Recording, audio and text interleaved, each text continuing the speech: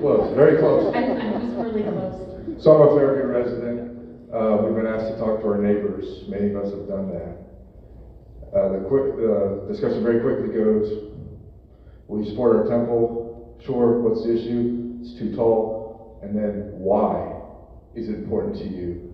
And I've been in the church my whole life. I've been to multiple temples. And to be honest, the spire and the height has not been important to me. It's what happens inside. So I don't have a good answer. And no one has given us a good answer. It seems like the short putt just to make a shorter spire. We break ground tomorrow. So can you tell us why the height is important? I hope I can do better on that one. So let me explain kind of what we're doing worldwide. Okay, so one of the important things that is in the United States, we have this RLUIPA, which is basically a religious protection law that was created. I don't know if you know this, kind of came out of the Boston litigation, and Senator Hatch in Utah, Senator Kennedy reached across the aisle and created this Religious Liberties Act to protect for all religions, not just ours, the ability to have these beautiful buildings. Because as you see across the country, and like I said, this is one of my clients is the church, but we deal with lots of different institutions, and we build big office towers and all kinds of things. The cities are always anxious about height and about lighting and those types of things. Well, they could see this coming, and I truly believe it was inspired. I wish I had our LUPA for all of our clients. But basically, it protects, if it's a religious symbol, something that's important to a religion, then it can be protected under this act. And that's a very big simplification of how it works. But basically, it requires that the city show an enormous amount of need in order for it to be overcome. Now, in speaking of height, mass, those types of things, the temple is symbolic in nature, and it's symbolic of basically the house of our Father, or of our Savior and our Father, our Savior Jesus Christ and our Father in heaven. As you know, when we go to the celestial room, for example, those walls are created tall to lift our eyes towards heaven. Everything we do in the temple, you should see the pains that are gone to create symbolisms throughout the temple. As you go frequently, you'll see more and more and more. The mass of the walls is significant. The size of those walls are significant. So the church looks at the needs in an area, and then, as Michael so well described tonight, they get wonderful architects to try and model the area, and then they have design features that they implement throughout all the designs that are meant to draw our eyes towards heaven. Now think about this temple that we have. Is it 63? Where's our architect?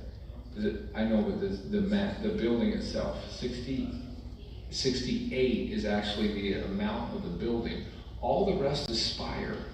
But that is important to draw. You won't even notice it unless you think about it, but it draws our eyes heavenward, as does the celestial room, as does a lot of those things.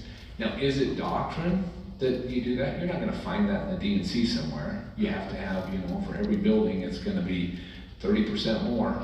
But it's a design feature that's been important and symbolic throughout Christendom and really throughout a lot of the buildings. One of the things that's kind of fun, if you're interested in this type of history and things, go back and study some of the Old Testament renderings of the temple, and you'll recall that at night there was a light above the temple, and during the day there was a cloud. Again, even olden times, our Father in Heaven's temples were created to draw our eyes towards heaven. And that's one of the examples we use to talk about both the lighting and the spire, is that it's really important to do that symbolism. You're right that we could take the spire off, but let me explain to you what may happen if we do that. Our fear is it's a race to the bottom. right? Because as soon as you reduce it 10 feet here, then they want 10 feet. And we hear this all the time. If you're talking to someone in Minneapolis, they talk to someone in Richmond, they talk to someone in Cody, then they want 10 feet and then 20 feet and 30 feet. And most of these buildings are built in residential areas. Well, across the United States, the typical residential cap is about 30 to 35 feet. And so we really are headed towards a 30 to 35 foot building if we start giving on those areas. So it's, for now, the brethren have been very emphatic that we maintain that so that we have that reverence. And again, as symbolism for what that house represents. We'll hear time and time again stories from, I'm sure many of you have them, but where you've looked at the spire and been inspired, where you've seen the lights at night, where the mass of that building has touched you, where you have looked at it in different ways and from different vantage points, and it's been impactful to you. We hear stories and stories and stories of saints across the country that have had those experiences, and those are just some of the ways. It is correct that the most important things happen within there. The covenants and the highest rights of our saints are fulfilled in that temple. That is by far the most important. But it's not the only thing, because it is a symbol to the world. There's a lot of people that can't go there, that hope to go there someday. And that beautiful symbol gives them a goal.